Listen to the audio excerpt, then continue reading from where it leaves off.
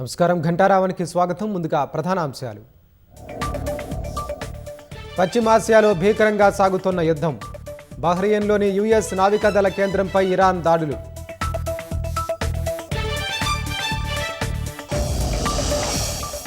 ఇరాన్తో యుద్ధాన్ని అతి త్వరలోనే ముగిస్తాం. టెహ్రాన్ నాయకత్వం సైనిక శక్తిని నాశనం చేశామన్న ట్రంప్.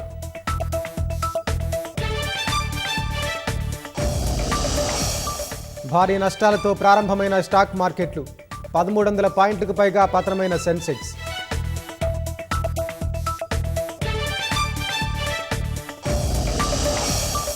భూ సమస్యలకు శాశ్వత పరిష్కారానికి ముందడుగు. నేటి నుంచి 5 గ్రామాల్లో భూభారతి సమగ్ర సర్వే.